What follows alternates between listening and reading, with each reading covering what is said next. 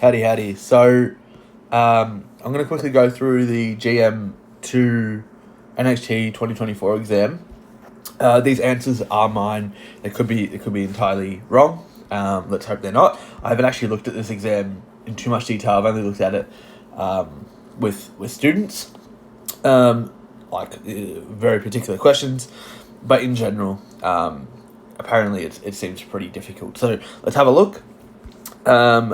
So for the HHC, find the mean. Alright, so I'm going straight into my CAS. I have it on a different screen, but you can trust that I'm typing it in. So we've got 1.65, 1.55, 1.44, 1.42,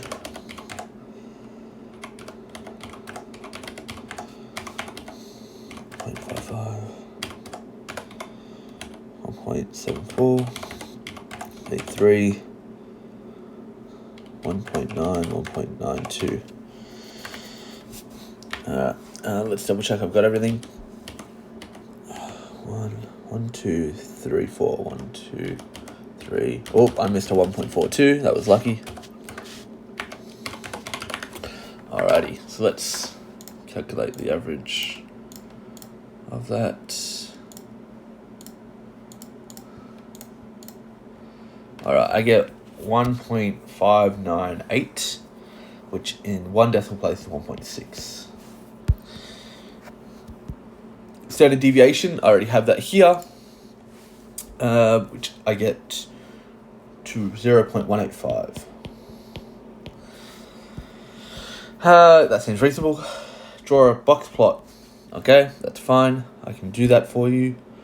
The reason I immediately put it into the spreadsheet rather than just finding the average, because I was anticipating, like, there's no way they're just going to ask you for the mean for it. So it makes sense to put into the spreadsheet. Alright, so 1.42 is the minimum, and also Q1. So that's here. 24, yep. And then 155, so that's here. And then 174, which is here. And there's no outliers, but it goes to 1.92. Okay, so there's our box. Boom. Done. It is 2 marks, so maybe it's worth putting the numbers in just to be safe. 1.42, 1.55, 1.74, 1.92. Show that the minimum is not an outlier. Alright, so Q1 minus 1.5 IQR. The IQR is 0.32. And Q1 is 1.42. So let's chuck that straight in the calc. 1.42 times, minus 1.5 times 0.32. 0.94. And that's the lower bound. Lower bound.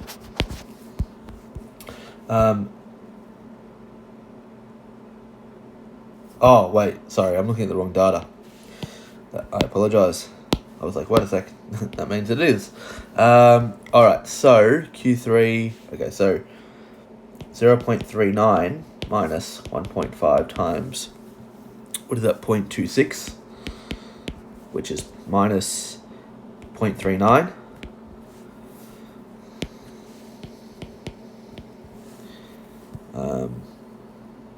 Which is 0. And that's a lower bound.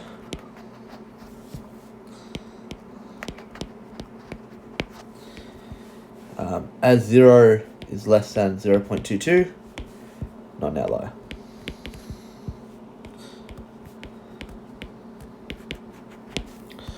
Cool. Alright, least squares can be modelled between LLT, HHC, used to find it. Okay, cool. So I need to put both sets of data in. That's perfectly fine.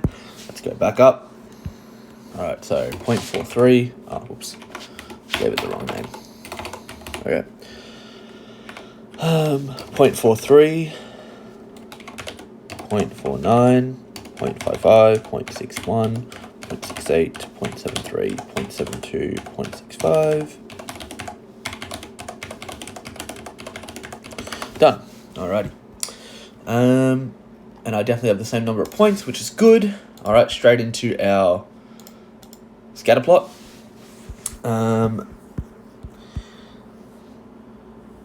Does it say which one's predicted? HHT is response. Okay, interesting. That is very interesting. 0.22, 1.42, is that a number? Oh, I've got it in the wrong order, so that's annoying. So I'm going to have to fix the X. That's because I missed a point.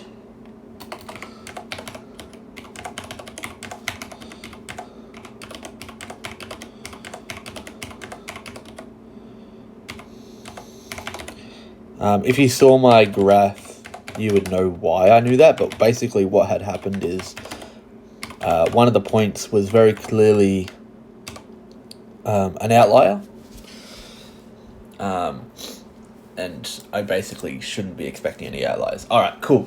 So now HHT is response, so it's the Y. Yep, cool. Alright, let's plot our line.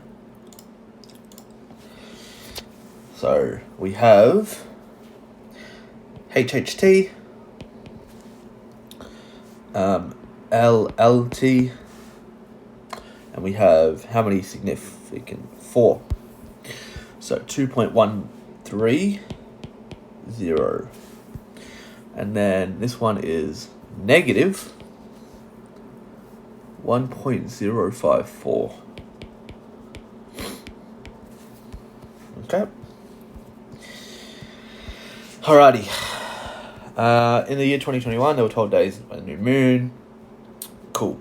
On before. Yep, cool. Use this data to complete the following. How many befores? 1, 2. Done. How many ons? 1. How many afters? Well, that's the rest, so that's 9. How many ons? 1, 2, 3. How many befores? 1, 2. So the left is 7. Oh, sorry, 3 befores. So that means that's 6. Cool. Does the data support the contention of the LLT associated? Explain by using appropriate percentages. Interesting. Okay.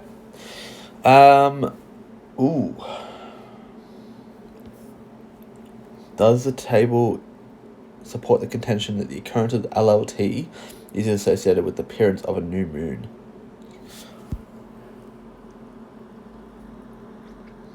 So on the new moon. Does the table... I think I'm reading this wrong. Does the data in table 4 support the contention that the occurrence of LLT is associated with the appearance of the new moon? Lowest... What is LLT? I don't actually know what LLT is. I didn't read it. Lowest tide. Okay. So if there's a new moon, the LLT... Yes, it does. Because the tide is quite low. That new moon, the tide doesn't really change. But as soon as there's a new moon, that tide increases. So perfectly fine. Yes, it does. After a new moon,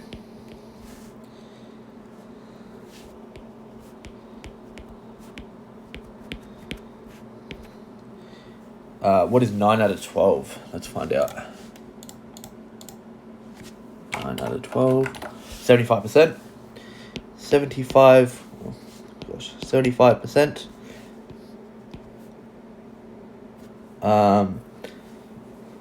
Of days Wait. In the year 2021, there were 12 days. For these 12 days, the occurrence of the highest tides and lowest tides occurred before, on, or after. Wait, what? For these 12 days, the occurrence of the highest tides and lowest tides occurred before, on, or after the appearance. Yeah, so once the new moon rocks up, the lowest tides are more frequent. Yeah, so after a new moon, 75% of days.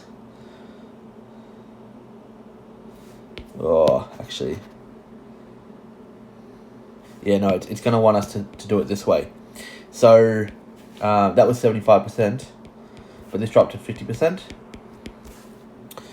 75% of days have a lower... I don't understand what this table is actually trying to tell us.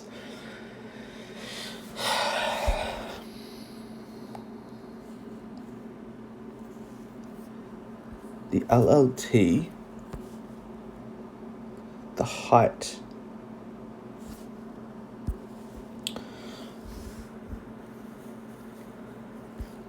So, when the new moon rocked up, before the new moon rocked up, before, and then after.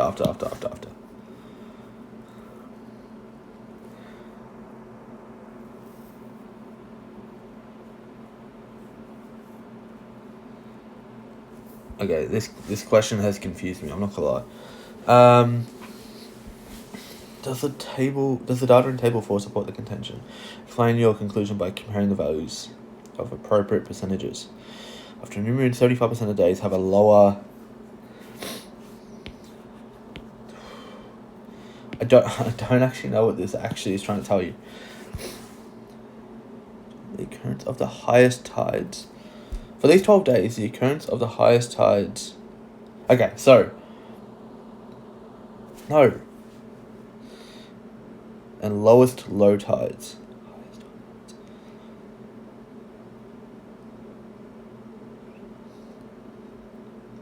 The new moon. Are they just meaning like the moon? There are usually 2 high tides and 2 low tides.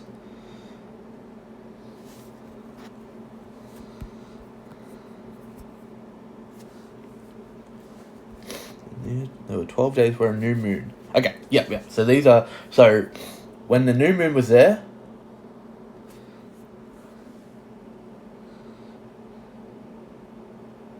So the lowest low tide occurred after it had happened. Yes, okay.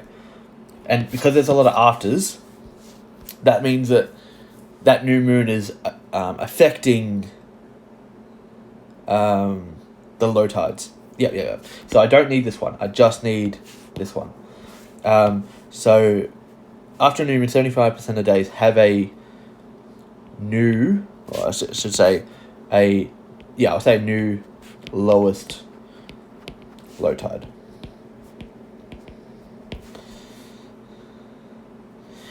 Now we want to compare it, which this will be, what is 2 out of 12? 16%, 17-ish, yep. Whereas, only 16.67% occurred before the new moon. Done. Okay, I think that answers the question. The time difference between is normally distributed. Cool. 99.85 are more than 4.8 hours. Alright, so that means it's all but one of the extremes. 16%. Okay, so let's draw it out. There's our normal distribution. Boom, boom, boom, boom, boom, boom. 0, 1, 2, 3. -1, -2, -3. 99.85 are more than 4.8. Okay, so 4.88 is here because that's 0.15%. 16% of the time difference are less than 5.76. 16%. So 34, 13.5, 13.5, 2.35, 0.15, 0.15, which is how I knew the 4.88. 16 are less than.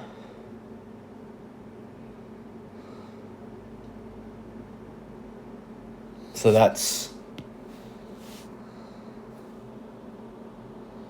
here. Right? Does that add up 2.5? Yep. So that's here. And that's 5.76. So then 2 standard deviations equals the difference between those two numbers, which is 0.9. So then x equals 0.45. That's the standard deviation. Hours. I don't know if they want that, but that's fine. And then if I add 0.45 here, oh, actually it's not 0.9. I can't count. It's 0.88. So it's 44. And so if I add 0.44, that's 6.2. Yep. Cool. Boom. Alrighty. Right, when the equation is found to be. Alright, so the best way to do this, I think personally, is to plug in these extremes, 20 and 64. So, because it says draw a graph. So I'm plugging this in, so I'm 2.19 minus 1.08 times 0.2, and that's 1.974. 1.974, so that's 92468. So it's right in between those, but it's slightly closer, so it's maybe about there. And then plugging in 0.64 instead is 1.4988, so effectively 1.5. Is it that one? It's much easier when you have it on paper. Unfortunately, when you have it on, it's like right there, I think. Like it's so close to 1.5 that it's effectively 1.5. Then you connect those two dots. Boom. And it should make sense that it's not 2.19. They've actually helped you out here, because 2.19 is like over here somewhere. Cool. Determine the value of R. Alright, so it's negative, but we have our coefficient determination, so we're square rooting that number. So 0.4709. So it's negative 0.3 decimal places, 686. Done. Determine the association, the form.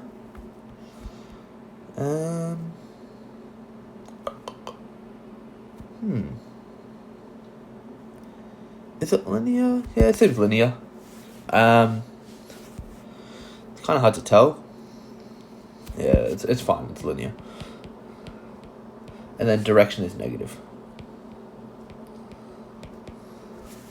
Interpret the slope. Yep, so for every... Oh, if I can spell. For every...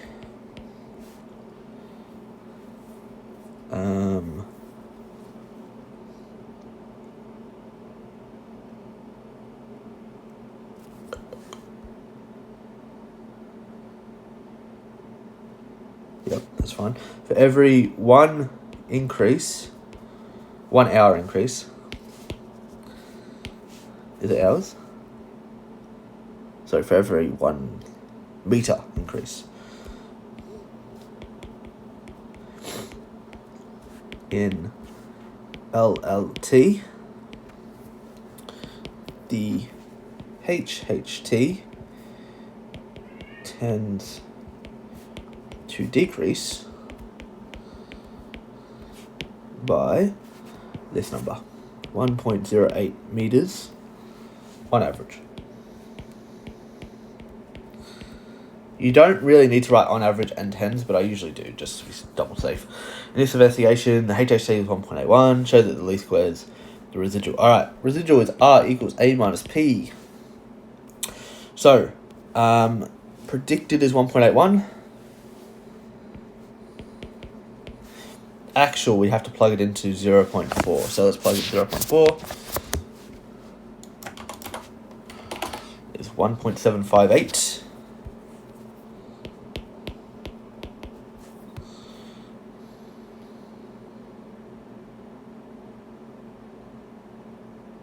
Oh, sorry, whoops, what am I doing? Other way around. I was like, what? That's going to make it negative. Because they actually got 1.81. Yep, there we go. Which, yep, is 0.052. Nice. The mean is 1.7. Calculate the mean of the LLT.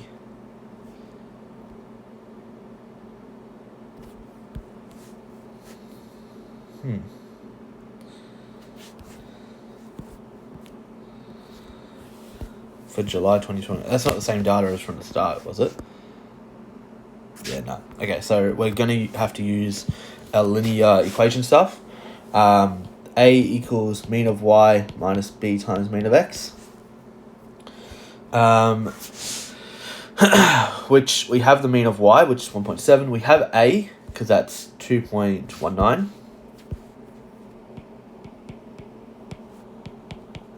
We also have the slope as 1.08. So that's what we're finding. 0.49 divided by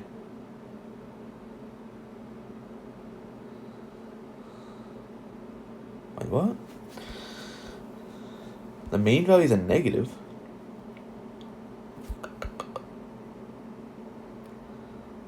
Mean of y minus...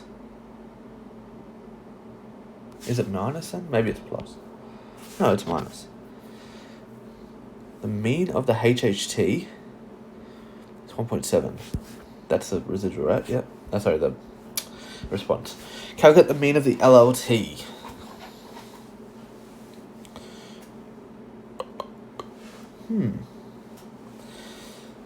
What am I doing wrong?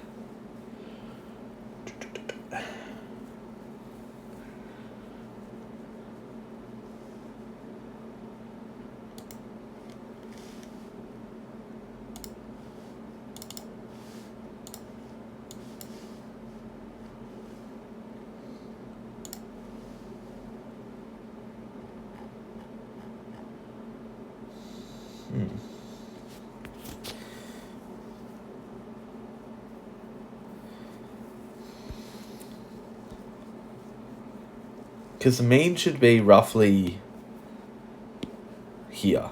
So it should be about there. Would be my guess.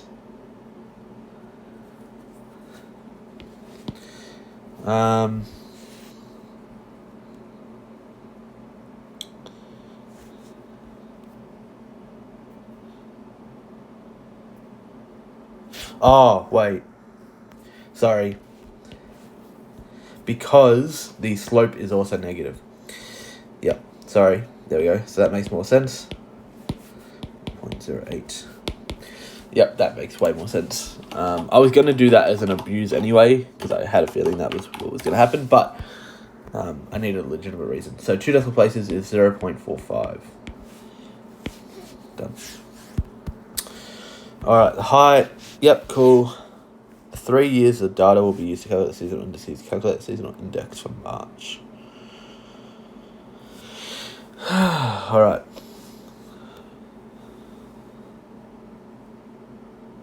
So,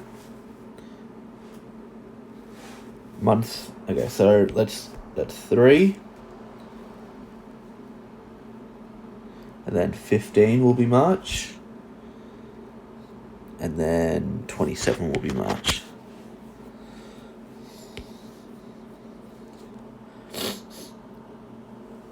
So we've got 1.89.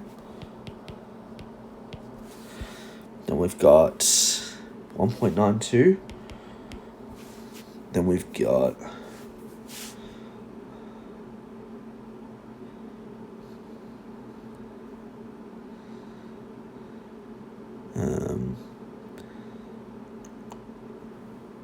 1.93.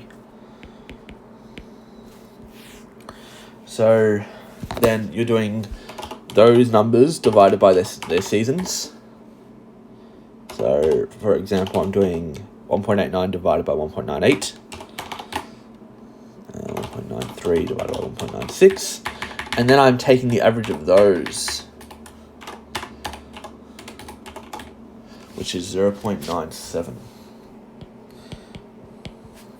Done. Alright. The time series plot shows the height in meters of that. Cool. Complete the sentence. Both have been used. Oh, okay. So if this is the first point and it's median smoothing, so that, what is that? That is 6, 7, 8. The 8th position.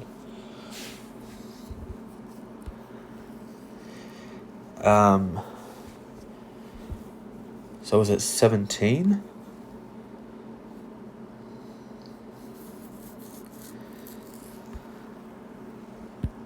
I think it's 17. I'll put that in there for now, but let me figure that out real quick. So, if you would take the first 17 numbers, 17 would be here. It'd be inclusive, so let's move that slightly over.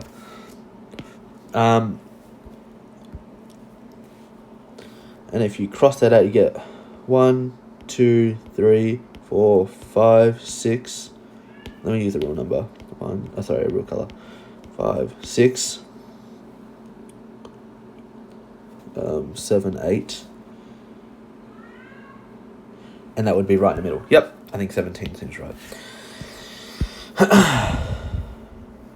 Actually, sorry. No, 15 would be right. 17 would give you a middle of 9. Yep, that's right. All right, recursion, yay! How much did they borrow? Pounds. $560,000.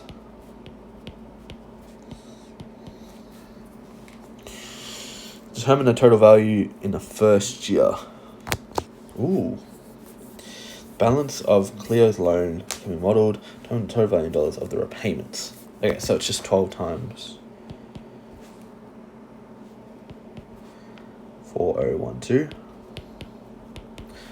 which is 48,244. Sorry, 144. I'll double check that, but yep, it's 6% per annum. Use this. Okay, so it's monthly. So 6 divided by 12. Actually, I'll write it out because I want it to show us. R plus 1. Sorry. R on N on 100. 1 plus that. R is 6 divided by 12 divided by 100. 1 plus is 1.005. Done. Complete the next line. Alright, so the repayment is 4012. We can times by, so 560 times 1.005. Oh, I added 120 zeros. I was like, whoa, that's a lot of interest. Yep, so $2,800 interest, which seems reasonable.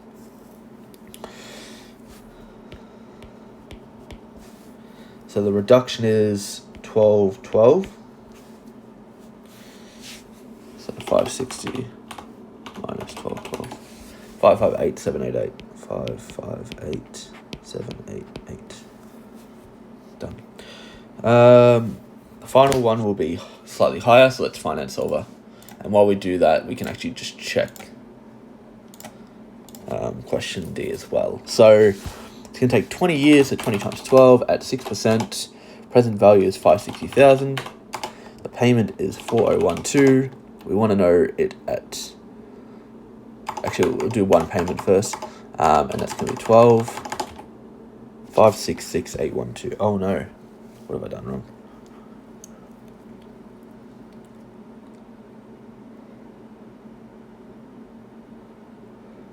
Oh, my payments. Not negative. 5. Yep, cool. Okay, so D is right. So now we can fix that up.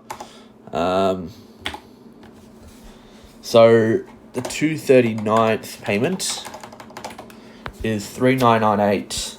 That's sorry. At the 239th payment, our future value is negative 3998.44. Final monthly payment to fully repay the loan will be slightly higher than all previous payments. Yep, so we need to... Yep, that's fine. So it's going to be slightly higher than 4012, which is fine. So we've got to figure out how much that payment is, which is pretty easy.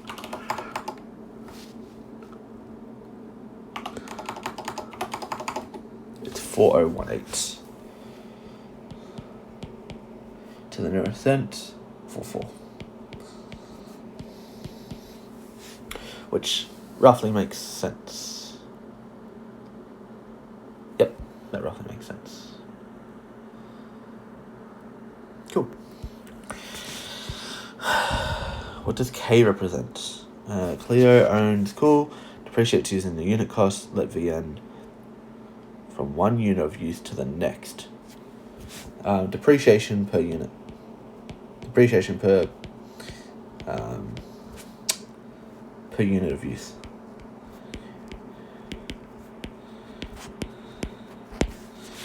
Or cost of unit per use, I should say. Maybe, yeah, I'll say that. Cost of use. There you go. If K equals 12.5, determine the value of the equipment after 1 year if it's used twice per day. So 730 times is really what it's trying to say.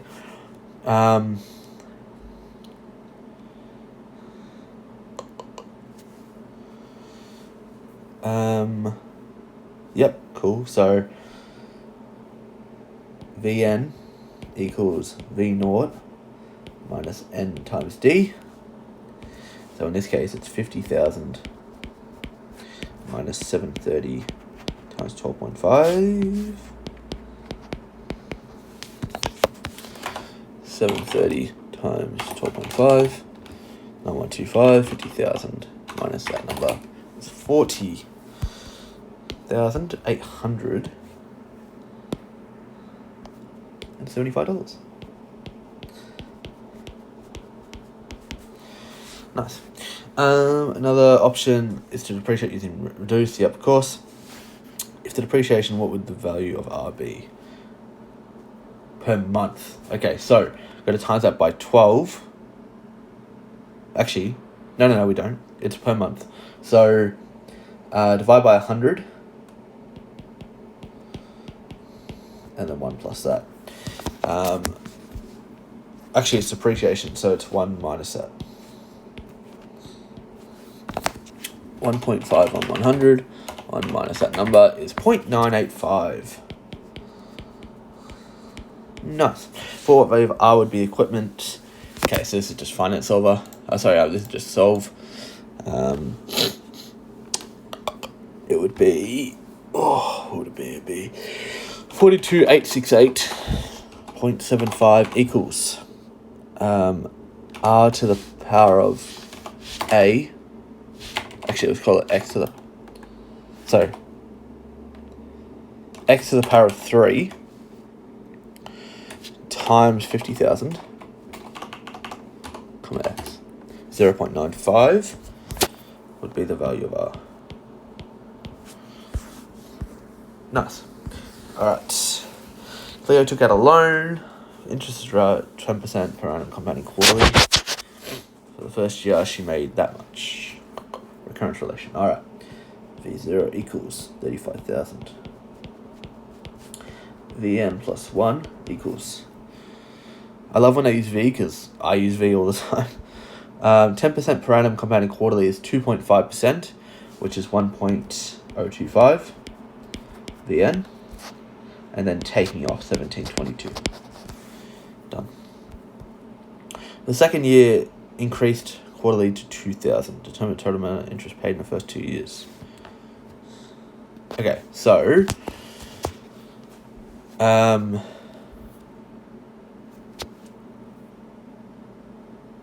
so I'm going to have to find out over this. There's probably a quicker way, but the way that I know it is finance over. So it's quarterly, so 4. Yeah, that's fine. 4 at 10%.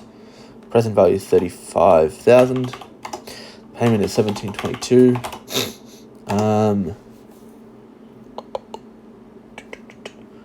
Future value is what we want to find, and there's 4 payments per year. 31,482.82. Okay, so she paid 1722 times 4, and that was then worth 31,482.82. So that's been a drop of 3,517.18. So a significant amount of interest. That's first year. Then the second year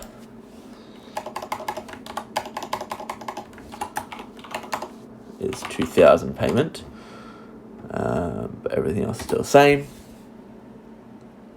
Oops, put a negative again.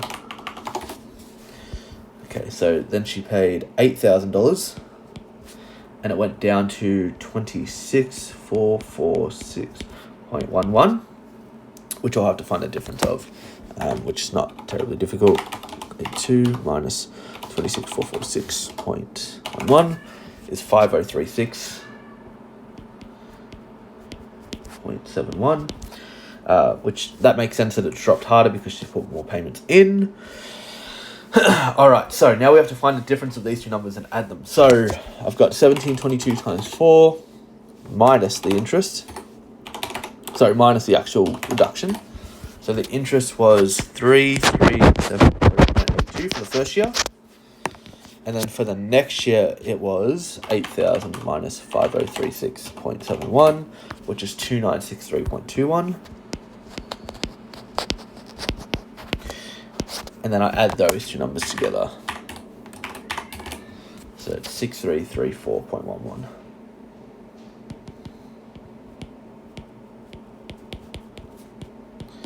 I think that's the interest. Matrices. Which barns can communicate to barn L? K. M. Done. Let's just double check that with their notation. 2-5 means J can talk to M. Yep, nice. 4-2. Yep, cool. Yep. State 2 communication pass from barn J to barn K. J can talk to M. J has to talk to M, so let's write those both down straight away. Then M can talk straight to K. Or M can talk to L, who talks to K. Done. Farmer plans to install one new direct link in one barn to receive direct communication from I. In which barn should the new one be, such that it's a 1-step or 2-step with every other barn? Okay, so I think I might have to draw this out. So let's put some dots. So we've got I, J, K, L, M. I can't talk to anyone. J talks to M directly. K talks to L and M. I apologize for my cat. Move her out of the way. Her name is Cleo. Away she goes. Okay, so K talks to L and M.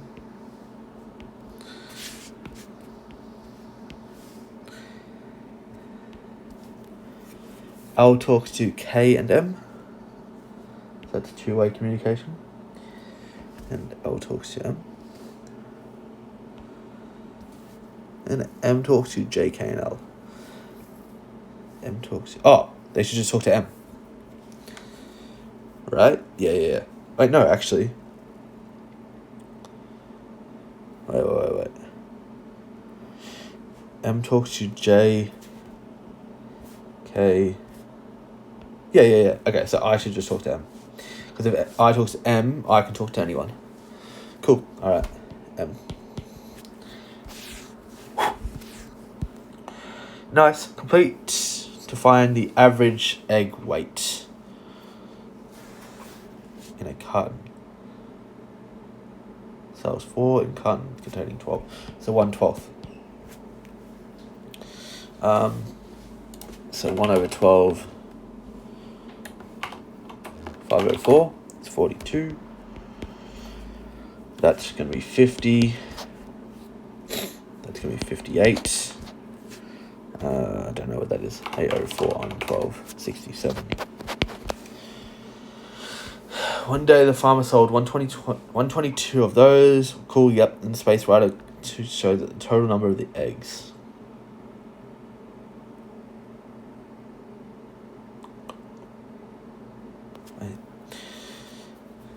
Is that not just times 12? So 122 plus 148 plus 80 plus 52. Oh, gosh. Times 12. Okay, so that's just 12 Q.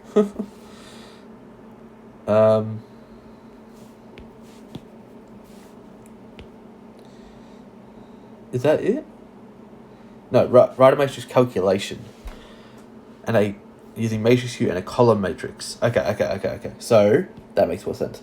122, 148, 80, 52. That's 4 by 1, so I need a 1 by 4. 12, 12, 12, 12. That equals 4824. And so I can rewrite this as Q times. Done. And that's page blank. Why is that page blank? Very odd. Okay. Transitions. No Leslie yet. Interesting. Supermarket is holding a 10-week an incomplete. Okay, yep, cool. So I usually colour these in. So F talks to C. Done. B talks to F. Done. C talks to B. Done. And we just want to add everything else. Alright, so C talks to C. 0.65. F talks to F. 0.7. I always get the diagonals done first. They're the easiest ones.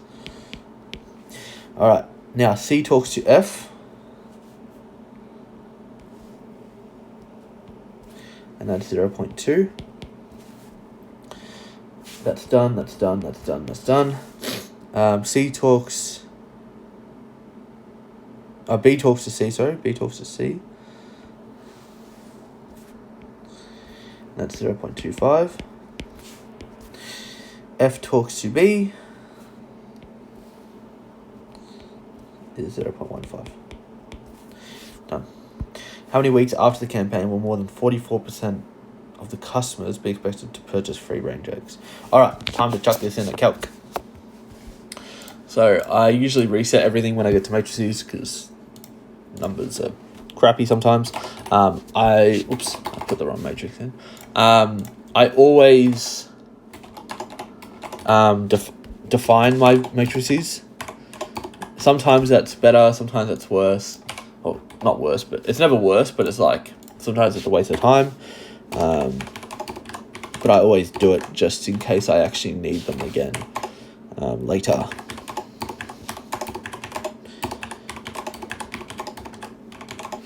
So I've defined the first one as S and defined the next one as T because that's what they've defined them as. How many weeks will more than 44% of the customers be expected to purchase free-range eggs? All right, so the important part here is that you're effectively trying to make them add to 44%. So how many weeks after the campaign begins? So campaign begins, that's S0. Beginning, yep. So it's up to 10. So let's say I do T equals 4 as an example. Free range. S times that. Sorry, t to the 4 times s that is 40. Okay, so that's not 44. So t to the 5 is more than 44, so 5 weeks. Now, the reason I guessed 4 is because it's slightly less than halfway, and usually VCA loves to do that, but now what I have to now check is that no other number also got that, which it didn't, so 5 weeks is right. For the duration of the 10-week campaign, 2,000 purchase eggs at the supermarket each week. Identify the expected number of additional shoppers who purchase free range identify the expected number of additional shoppers who purchase free range compared to the start. Okay. For the duration, 2,000 customers purchase at the supermarket.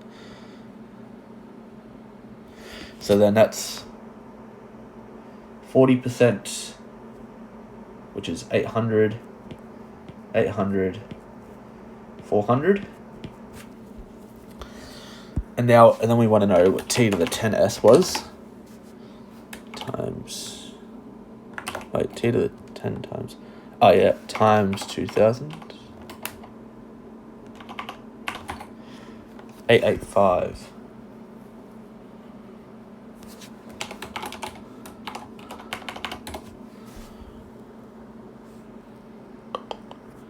$885.6.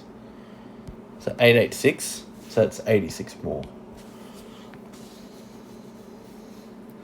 Cool. Farmer believes that their free range is so superior that shoppers will eventually stop purchasing cage eggs and barn laid and only buy their free range. Complete the column in the following, in which shoppers will eventually stop purchasing cage eggs. Shoppers will eventually stop purchasing cage eggs and barn laid eggs and buy only free range eggs.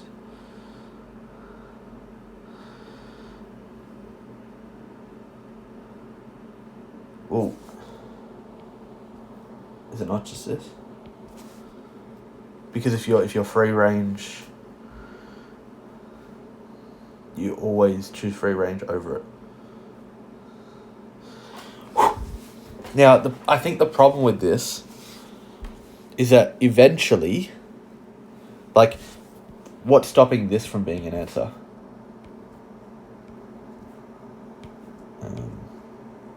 Sorry. What's stopping that from being an answer? Because eventually, F would lead overall anyway. But I think what they're trying to say is this. I think. After 1 day, how many chickens are expected to remain? Alright, new matrix. Time to restart.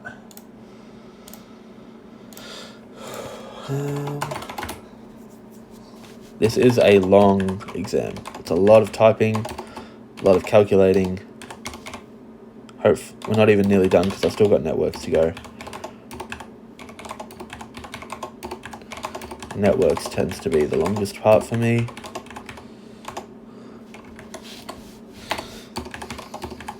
But we continue on. Alright, so I'm going to define that as transition. Yep. There are initially 10,000, and it doesn't matter. After 1 day, how many chickens? Oh, 10,000 in each. Okay, interesting. So, it's a 4x1.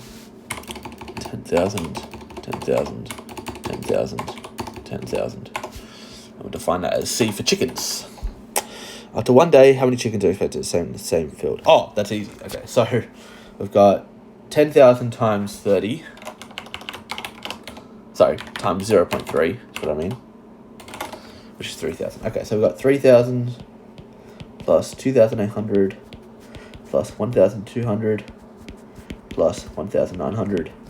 That's 4,000. So that's 8,900. Done.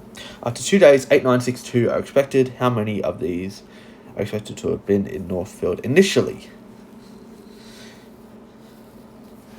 Ooh. After 2 days, 8,962 are expected to be in Northfield. How many of these are expected to have been in Northfield initially?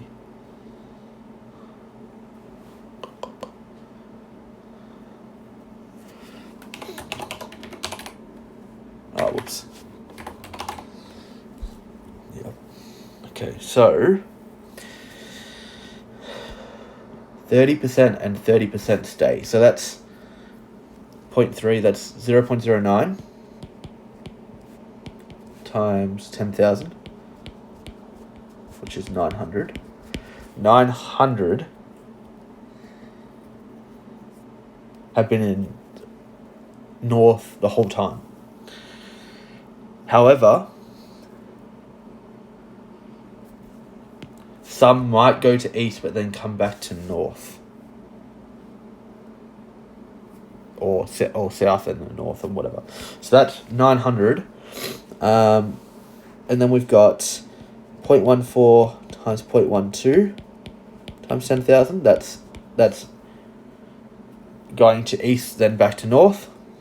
And we've got 0.24 times 0.3 times 10,000. Then we've got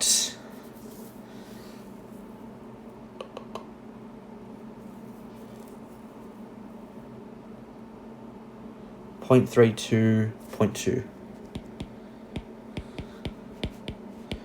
times 10,000. So we have to find these. I've never seen a question like this. This is a nice one. I'm hoping I'm doing it right. I imagine it will be a small number of them.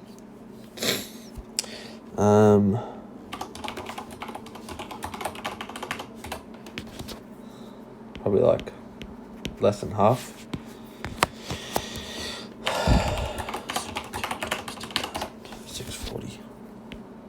Yeah, way less than half.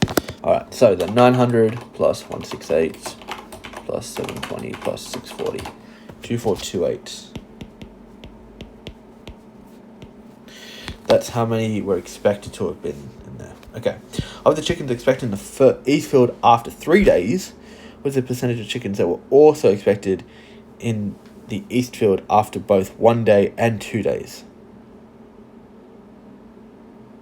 What is the percentage of chickens that were also expected to be in the Eastfield? So East after 3 days is 11,293. That's how many East 3 days. What is the percentage of chickens that were also expected to be in the Eastfield? They were also expected to be in the field. So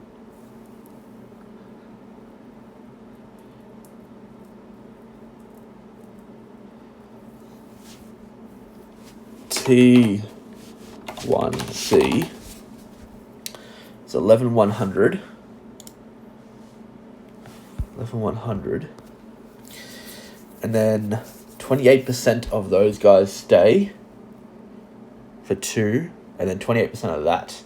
So 0.28 squared times 11,100. 870.24.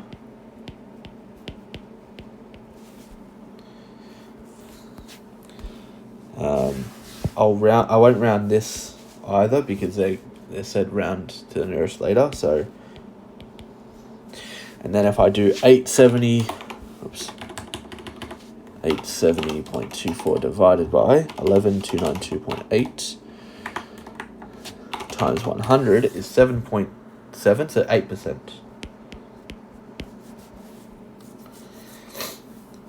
I think. Alright. That works, hopefully. Yes. Alright. Andrea, Ben, Kathy, Delaney, Elliot, a group of friends. Cool. Which friend plans to visit the most? Ben. Nice. How many attractions have only one friend planning to visit? 1, 2, 3. When the friends arrive at the theme park, there is only time for each friend to visit one. If the minimum number of different attractions are visited, list the names of the attractions that are visited. Wait, what? When the friends arrive at the theme park, there is only time for each friend to visit one. Okay, so Andrea has to go here. We're not going to go to the carousel because Ben only wants to go there and he can go to other places. Kathy wants to do this, so then Ben has to do this. And Delaney wants to do this, and Elliot wants to do that. So there's 3. That's the smallest you can do. And they are Ferris wheel,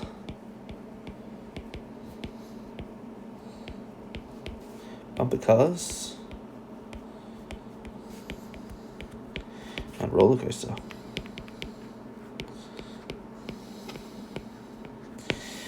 Nice. Rowan works for the theme park, blah, blah. What is a mathematical... Oh, okay.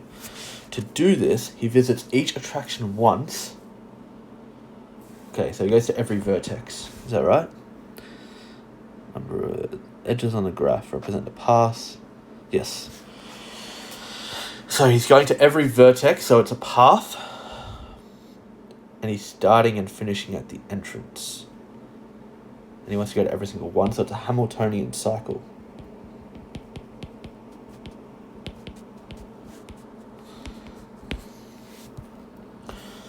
Write down one possible. Okay, so find a Hamiltonian cycle. So let's say we start from here, we go boom, boom, boom. Can't do that. Boom, boom. Ooh. Boom, boom, boom, boom, boom, boom, boom. There we go. That'll work. So, F to R to C to M to E to B to T, back to F. Oh, actually, he starts and finishes at the entrance. That's my fault. So E, M, C, R, F, T, B, E. Nice. An inspector is called to check all the paths. The inspector would like to walk a route that travels along all the paths only once, starting at the entrance. With reference to the degrees, explain why the inspector is not able to walk such a route. Okay, so check all paths. So he doesn't want to come back, so it's an Eulerian trail.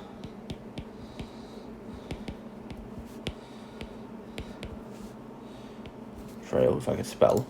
And Eulerian trails have a very distinct characteristic. You can only do it if there's 2 with odd degree. So I've got 3, 2, 2, 3, 4, 3, 3. And you can clearly see more than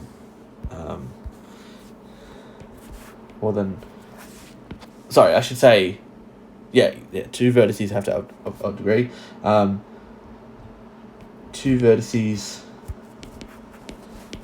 need odd degree.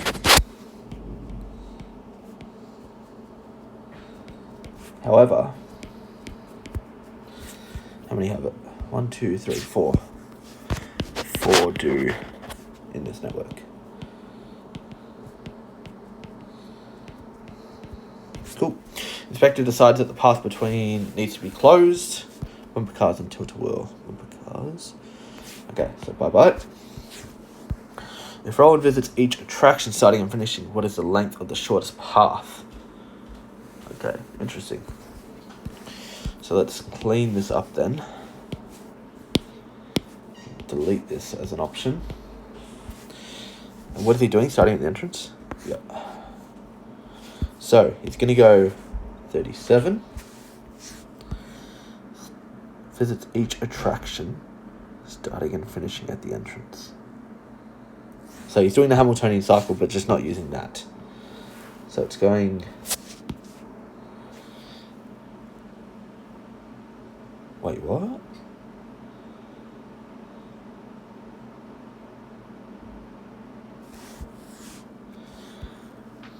If Rowan visits each attraction starting and finishing at the entrance, what is the length of the shortest path? Wait, the inspector closes. The next day, Ron will again need to collect money from the ticket booth at each starting and finishing. To do this, Ron may need to visit. Okay, he needs to visit multiple. Okay, so interesting. This is an interesting problem. So,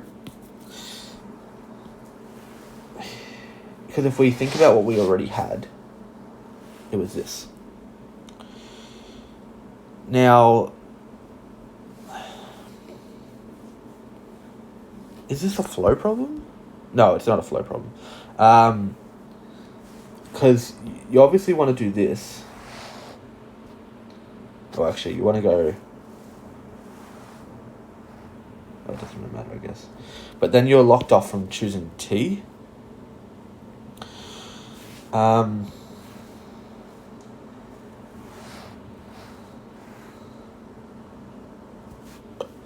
This is a difficult problem.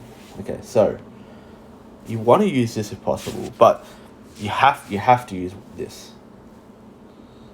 And so you have to use this because you're either coming this way, or if you're coming this way, you don't want to go 62 and then use everything again. So you have to use that. So let's say you went to T and then F. Then you want to do this, and you want to do that because that's cheaper than 49 plus 55. Oh, sorry, it's not, but it's cheaper than doing this. That's what I mean. And boom, boom, boom, boom. So that's double highlighted. Okay, so let's add all. I think that's right. I have legitimately no idea if that's right. But 65 plus 37 plus 37, because it's 2 times I have to cross that edge, plus 47 plus 33 plus 55 plus 51 plus 62 plus... No, that's it. 387 meters. Which is... Get the steps in, I guess. Alright. Total Well, cool. Let's see activities that have exactly one predecessor. C. J.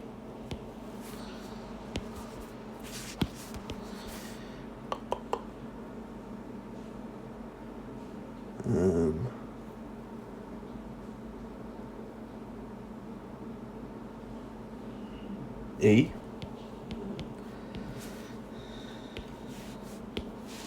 Is that it? 2, 2, 2, 2, and D. C, J, E, D. C, J, E, D. Yep, I think so. What was the minimum number? Okay. Activity network time.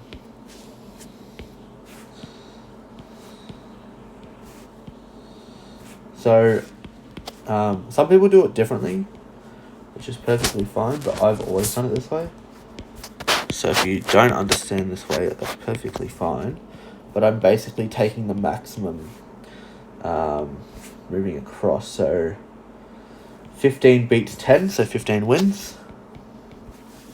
In a bad way, but still wins. 19, 16, 24, 22. 22 days.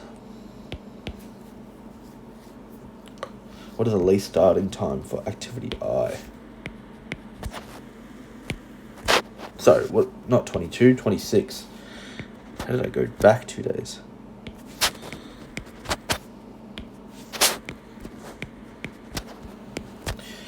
Alright.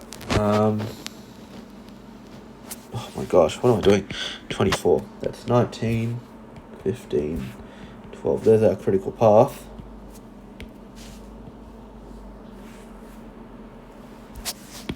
I couldn't see which way that went under my hand. Cool. 24 minus 6 is 18. What is the least starting time for activity I? Sorry, the latest starting time. Well, it's 18 minus 4. which is 14. Because I think a lot of people say 12, but if you delay I, there's no problem. You can delay I by 2 days. And if you delay it, that's going to give you 1818, and that's going to join the critical path. But if you delay I, you can't delay J. Which activity has the longest? Okay, so that has 2. 19 minus 3 is 16, so that's 4. H is winning so far. 15, oh, it's definitely got to be E, right? That's 10. No, sorry, it's 5. Surely it's 5. That's 6. So that's 1. Yeah, it's got to be E. Yep. Okay, so this is going to be the last question, right? Yep, cool. So the way that I do this is slightly different to the way a lot of people do it. So I do this by minimizing everything first. Oh, okay, that didn't work. Okay, I've got a solution. But I minimize everything, and then what I do straight after it is figure out how many reductions it's going to take me. Actually, what am I doing? Forgetting how I do my own process. There we go. I reduce everything as much as I can. I find what does it reduce by, and then I find the minimum reductions to do that and work from there. So it's saying they can all be reduced by 2, and you'll notice that I didn't even read any of this crap because it's always the same shit. It's like, hey, they can reduce by 2, find the cheapest cost. All right, so 3, 5, 3, 2, 1. All right, and then you do the exact same thing as I did before. And this time I don't, I'm going to find an LST as well because I want to find the critical path. But I'm not going to find a critical path of this network. Because honestly, it's some people can do it that way. I find it's sometimes pretty difficult to do it that way. So what's that? 9, that's 8. So 9 wins. Oh, that's interesting because that is now the critical path over that one. So that means this is reduced too much. Alright, so 12... 14, 13, that's 19, that's 19, cool, 21, alright, so reduced by 5, right, it was 26, yep, so reduced by 5, minus 5 days, which means I need to do at least 5 reductions, could be 6, could be 7, could be 10, but it has to be at least 5.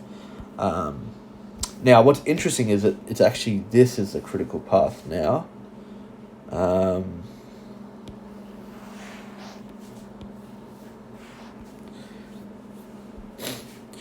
So,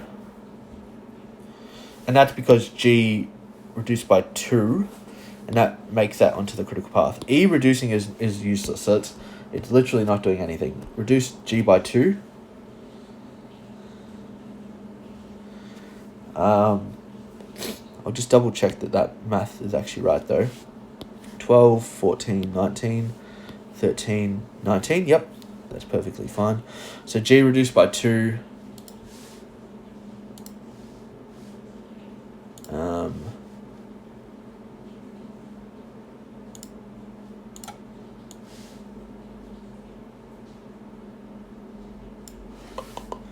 What else?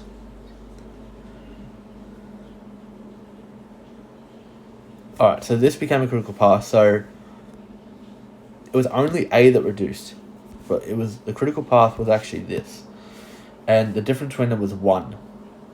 So I don't want to reduce, so if I reduce A by 2, that's fine. I can reduce A by 2, but if I reduce A by 2, I've reduced this by too much, and I reduce this by 4. So I want to reduce this by 3. What's the cheapest way to do it for 3? It is to do 2 B's, 1 D. And H is not even on the critical path at all, so it's not useful. Let's check that now. So the way I would do that is I would redo it again, and I'm hoping that I get 21 out.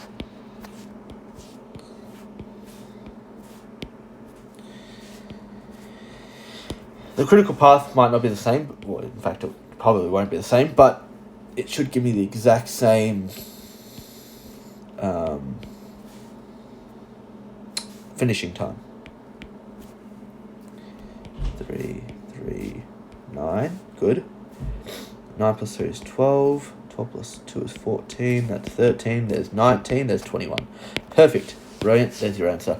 Hopefully that helps. If you have any questions, feel free to ask. Otherwise, hopefully the exam went well for you.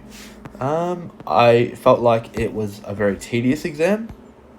A lot of things. This question's actually quite nice. I like this question. Also, if it wasn't clear what this was, I was doing n plus 1 divided by 2, and that equaled 8. That's where I got the 15 from. I doubled it, then minus 1, which is why I got 17 before, because I added 1 by accident. So it must be 15 median smooth, sorry. But other than that, hopefully it all made sense. Pretty good exam. I like that they're going a bit harder these days. General has gotten to this point where it's become a bit brain numbing and mind numbing. But overall, I was very happy with it. Any questions, feel free to ask. Otherwise, hopefully it helped. Bye.